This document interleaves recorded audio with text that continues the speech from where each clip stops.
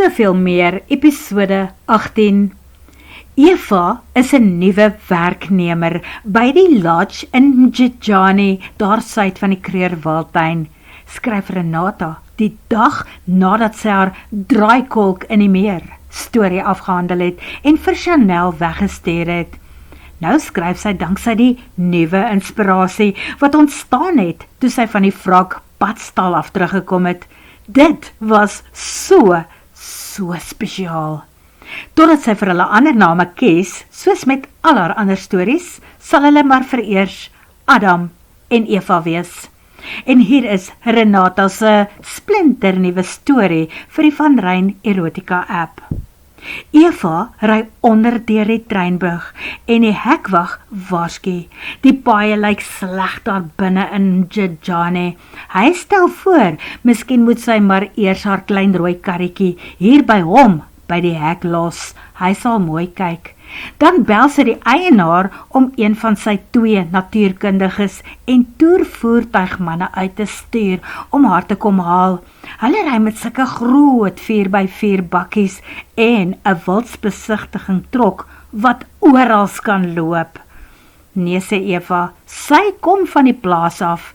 Daar het sy al deur dikker modder en op slegter paaie gery met haar klein Sandero en sy los haar kosbare voertuig notte sokkie hier nie. Sandero? Nee, sy sal 'n ander kar moet kies. As van haar vriende dalk hier lees, want hulle weet sy ry 'n Sandero. Dink hulle dalk sy soek man of iets, dat sy desperaat is? Nee, kies 'n ander kar. Wat van 'n Nissan? Daai is wat hulle nou weer Datsun noem. Reg so, Datsun sal dit wees. Nee, sê sy los nie haar Datsun hier nie. Sy sal die pad met haar rooi Datsun aandurf. Buitendien, dit het darm intussen opgehou reën. So hoe erg kan die paaie nou eintlik wees? Selfs nog erger, kom sy agter, nadat sy van die hoofpad afgedraai het en daarna nie eens 100 meter gevorder het, voordat haar kar tot op sy onderstel in die modder vasval nie. Eva klim uit en wonder of sy met stokke indruk vir vasdrapplek. Dan sal sy omdraai en vir die hekwag gaan sê, bel maar die veldwagters. Miskien werk 'n wildsbesigtiging trok met yslike groot wiele en 4-trek in hierdie stadium beter as haar klein rooi karretjie. Maar die stokke help nie veel nie om op vas te trap nie en nog minder om die kar mee uit te grawe. Daar waar sy staan sy in die middel van die grondpad. Haar kar is gelaai tot in die dak. Sy trek mos hiernatoe. Sy kom werk hier. Sy het van die dorp Hector Spruit af laat weet dat sy so om en by 4 uur by die lodge sal wees. Dit is nou 4:15. Miskien moet sy in haar kar bly sit totdat hulle haar vermis en kom soek. Wat waarskynlik toe nie gaan gebeur nie, want om en by 4:30 begin sy kriewelrig raak. Sy klim uit, sluit die kar en begin aanstap na die padaansluiting, daai een wat na die hek toe gaan. Terwyl sy loop, besef sy iets ruik in die pleis nie. Iets ruik, soos die karkas van 'n dooie dier. Dit is Adam, die aantreklike wildrit en staptoer veldwagter se dag af. Daar is 2 van hulle. Vandag het sy kollega die mense uitgeneem na waar die leeu's 2 dae gelede vangs gemaak het, 'n zebra. Daar is 'n koalisie van 2 manaars en daar is 3 leeuwyfies, waarvan een 6 weke gelede kleintjies gehad het. Sy 2 dae gelede haar welpies aan die trop kom voorstel en Adam is so bly dat hy dit kon sien. Adam was Milaan toe vir 'n paar aankope om sy persoonlike koskas aan te vul met sy 4x4 bakkie. Die lodge vir wie hy en die kollega werk, voorsien wel etes aan hulle werkers. Hulle kry koskaartjies. Hulle moet net daai koskaartjies gebruik, anders eet die werknemers die plek se winste op. Adam se koskaartjies vir die maand is natuurlik alweer op. Die dat hy sommer vandag vir hom 'n paar stukkies kruideniersware daar by die sentrum in Malelaan gaan aanskaf het. En toe het hy van daardie lekker hoenderpastye wat hy altevore by die tuisnywerheid gesien en aangeproot gekoop. Die pastye is groot, maar met sy gesonde eetlus eet hy so een sommer met een sitting op. Die dat daar nou 2 by hom in die kar is, een vir vanaand en een vir môre. Maar dit is nie net sy eetlus wat groot is nie. Hier waar hy werk is nie baie enkellopende meisies nie. Hy verlang na 'n vrou in sy lewe ook. Die dat Adam so byna die pad buister raak van skok, toe hy na by die afdraai wat na die lodge toe gaan, 'n baie mooi vrou in die modderpad reguit na hom toe sien aankom. Hy hou langs haar stil. Hey, jy kan nie stap nie, dis deel van die wildtuin, en die leeu het 'n zebra hier baie naby gevang. Sy lag. Man, my kar het die ander kant in die modder vasgeval. Ek wou nie die baas van die lodge pla nie. Toe besluit ek om maar terug te stap hek toe. Maar wat praat jy van leeu's? Ek hoor hier loop baie mense gereeld hier binne. So probeer jy my nou bang praat oor leeu's? Nee, glad nie. Hulle is regtig hier. Ons het ons residensiële trop. So klim in, dan gaan wys ek vir jou. Adam kom seker teruggedraai na die ander pad wat parallel loop met die een, maar hy is daarom 'n boswagter en hy het al hier rondgery in die veld ook. Daarom wil hy so 'n bietjie afsjou ook. Die dat hy toe sommer net daar tussen die bosse indraai en begin koers kry, na waar die asvoëls in die bome sit en wag vir die leeu's om pad te gee, sodat hulle ook 'n happie van daai groot kospotte kan inkry. En hulle kry 'n hele paar lede van die trop daar by die zebra karkas, die wyfies en die welpies. En Eva kyk om haar rond, sy kyk na die bome, daar waar die groot pad verbyloop waar sy gery het, en besef dat sy eintlik baie naby aan die spul verbygestap het. Verseker lyk 'n hele paar boomtoppe bekend. Adam knik, jy's reg, jy het los by die spul verbygestap, jy was gelukkig. Jy moet dit nooit weer doen nie, veral nie skemeraand of op 'n bewolkte dag nie, al is die spul vol, hulle is opportunistiese jagters. Klink Adam baie slim vir haar. Nee, ek sal nie, sy was beslis vandag baie gelukkig om skotvry hier uit te kom, maar sy is nog gelukkiger, omdat daar toe nou 'n held vir hierdie storie presies op die regte oomblik van vooraf aangekom het in die pad. Sy was nog meer gelukkig van die spore van die man haar leeu's, was blykbaar oral om haar kar, en hulle het agter haar aangestap en in die bosse in, en toe weer teruggestap. Het jy genoeg gekyk? Sal ons maar gaan? Vra Wildred Adam na rukkie. Hy hou daarvan, dat die mooi vrou nou met helde verering in haar oë na hom sit en kyk. Hy het vir haar eerste leeu's gewys. Dit is hoekom sy hier is, vertel sy. Sy is mal oor wilde diere, die groot 5, en tussen daai is leeu's haar gunsteling. Dit is nogal goeie nuus. Is hy nie self 'n meester as dit kom by die leeu loop nie?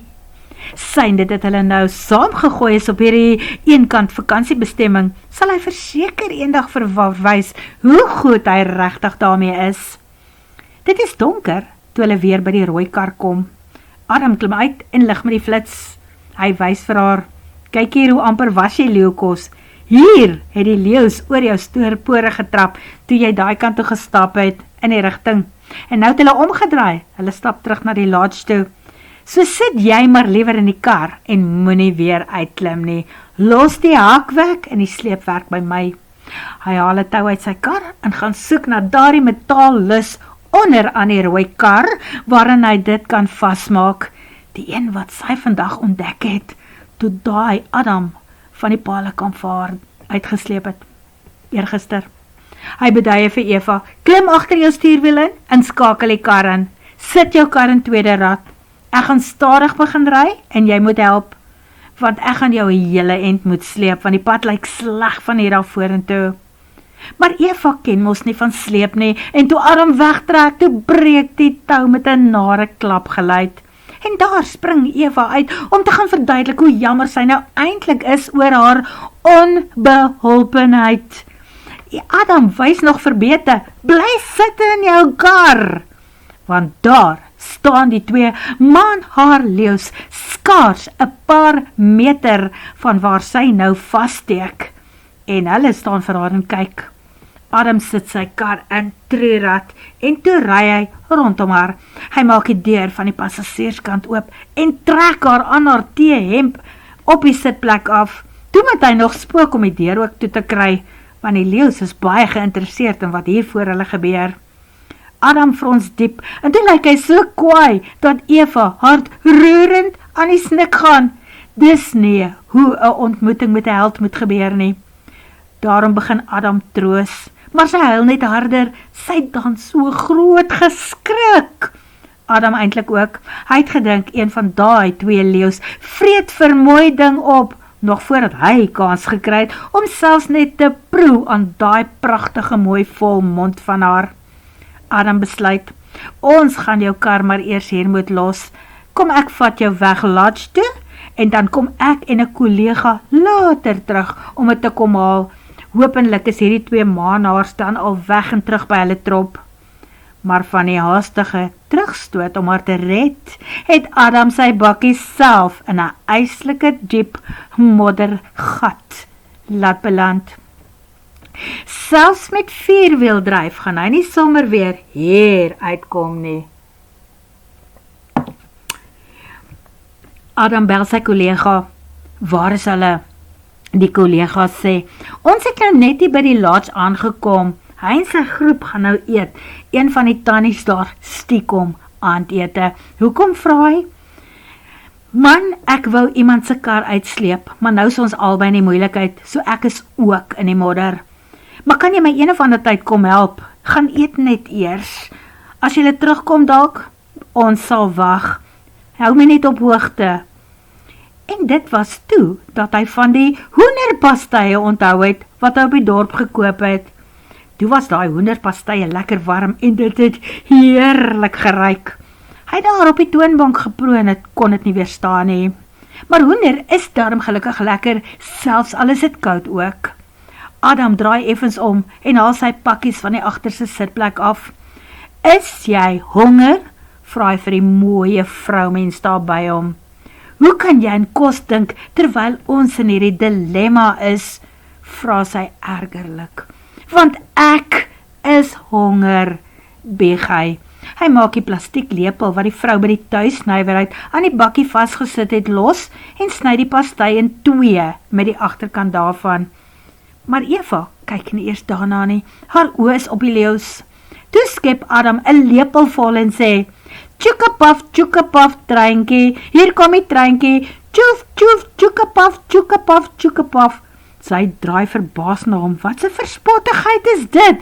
En daar bars sy uit van die lag, en sy hap. En hy hap die volgende een.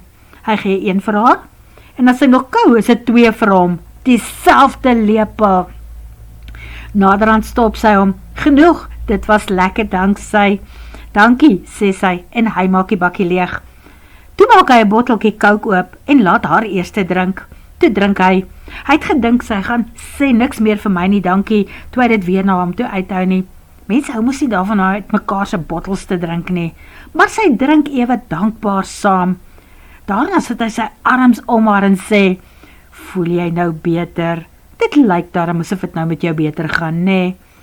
100 maal beter, baie dankie, sê sy, en vlei haar teen hom vas, so half lang afstand oor die konsole, maar net genoeg vir haar om veilig te voel by hom. En dit was net die begin. Teen die tyd dat hulle by die lodge kom, het dit gevoel asof hulle mekaar al vir 100 jaar ken, en al het daar die eerste uitruil van liggaamsvloeistof, spoeg, speeksel, die lepel wat hulle gedeel het, en die saamdrink uit 'n bottel, redelik vullig en onvoorsien gebeur en oorgegaan in 'n hartstogtelike soene, het Adam eers gewag vir Eva om vir hom te wys dat sy gereed is vir 'n leeuloopvertoning van sy kant af. Eers nadat Renata die storie 2 keer deurgelees het en besluit het dat sy dit gaan instuur onder Tatika, verander sy die name. Adam word iemand anders en Eva kry ook haar eie naam. Sy staar droomverlore na die skerm van haar rekenaar. Natuurlijk is die storie weer eens gebaseer op iets van die fantastiese en wonderlik aantreklike ou wat ook tydelik daar aan die ander kant van die Palekampie woon geïnspireer het. Sy het teruggekom van die Vragpadstal af na haar aflewering daar. Die modder waardeur sy moes gaan, het voorwaar nie gelyk soos iets wat haar kar sou insluk en opvreet nie, maar toe sy eers in die middel daarvan is, kon sy nie weer vorentoe of agtertoe nie. Sy het mense langs die pad sien loop, maar sy het nie genoeg geld by haar gehad om hulle te betaal om haar uit te stoot nie. En daar uit die rigting van die dorpie sien sy toe 'n groot, wit 4x4 bakkie aankom in dieselfde rigting as sy. Adam, dit was nie eens nodig om te vra nie. Hy het stadig deur die moddergemors gery, uitgeklim, ander skoene aangetrek, haar kar kom haak en toe sleep hy haar daaruit. Sy sal nooit die lag in sy mooiste blou oë vergeet, toe hy oor haar buk en vir haar sê, trap rem sodra jou Spitfire uit die modder loskom, en ry voor, sodat ek kan sien dat jy die moeilikheid bly vir die res van die middag. Sy wens, sy kon daardie woorde by die storie daar in Mjidjani inwerk, maar dit gaan nie werk nie. Nie heeltemal in hierdie verband nie, want op die ou end was dit mos Adam Wilterend se kollega, wat vir hom en vir haar daar kom uitsleep het. Maar sy kon darm die hoenderpastei insident by haar storie inwerk. Sy kon daardie hoenderpastei reeds ruik, toe sy by die padstal instap. Haar maag het sulke snaakse draaie gemaak. Die kitspap en kookwater het ure agter haar gelê, toe sy daar by die padstal instap om haar waarde af te laai. Daar was ander voertuie en wit bakkies ook voor die deur, toe sy daar geparkeer en uitgeklim het. Miskien is dit omdat sy hom nie daar verwag het nie, maar die laaste persoon wat sy verwag het om daar binne te sien was mos Adam. Sy het hom dan sien wegraak, daar in die draaikol van die eiland van die mensvreter vroue. As sy 'n man was, en 'n vrou vat haar vas soos daai koningin van die dieptes, dan sy nooit weer teruggekom land toe nie. Maar Adam het, een of ander tyd, teruggekom land toe. Dit kan nie anders nie, want weer eens was hy betyds om die hoofrol in haar volgende kortverhaal te speel. Terug hier in die kamp, doen Adam toe die eienaardigste ding. Hy het vir haar gewys, parkeer hier langs sy bakkie. Toe spuit hy albei se onderstelle met 'n tuinslang af. Intussen het sy haar sakkie met brood en melk uit die Sandero se bak gelaai. Daar het iets op sy gesig gebeur, terwyl hy na daardie sak gekyk het. Toe sê hy, ek kom toevallig nou daar van die Vragpadstal af. Hulle het hoenderpastei gebak. Die plek het soos 'n Sondagmiddag feesmaal geryk. Toe koop ek daarvan, maar die bakkies wys 4 mense kan eet. En ek het slaai daarby gekry, maar weet jy wat, dit is te veel. Kan ek vir jou daarvan uitskep en oorbring? Ek haat dit mos om kos te mors. Geen verpligtinge daaraan verbonde nie. Ek sal dit net oorbring en neersit op jou stoep, as dit reg is met jou. Sy het 'n oomblik gehuiwer, toe erken sy, ek het dit geryk, ek kom ook nou van die padstal af. As jy 'n stukkie wil afstaan, gaan ek beslis nie nee sê nie, want daai pastei het fantasties geryk, en baie dankie, maar regtig, moet niks meer as 'n kwart vir my gee nie. Nou hou 5, ek bring. Hy's op teen sy trappe, huis in. Daar het hy ongeveer 2/3 uit die foliebakkie geskep, vir hom, waarskynlik in 'n mikrogolfoond of bakkie, daai kant, en toe bring hy vir haar die 1/3, en hy bring vir haar van sy slaai ook, in 'n ander plastiekbakkie. Sy het vir hom daar onder by die trappe gewag, om die moeite gespaar, om te moet opklim. Baie dankie, het sy gesê. Toe wens sy was Eva, wat op haar tone kan gaan staan, om vir hom hartlik dankie te kon sê, met 'n soen op sy mond, omdat hy haar kar uit die modder gesleep het, dit afgespoel het, en boonop bereid is om van sy kos met haar te deel. Hy mag miskien glad nie van haar touknooppaddas hou nie, maar sy hou al hoe meer van hom. Of is dit dalk die idee van hom? Wonder sy by haarself, word vervolg.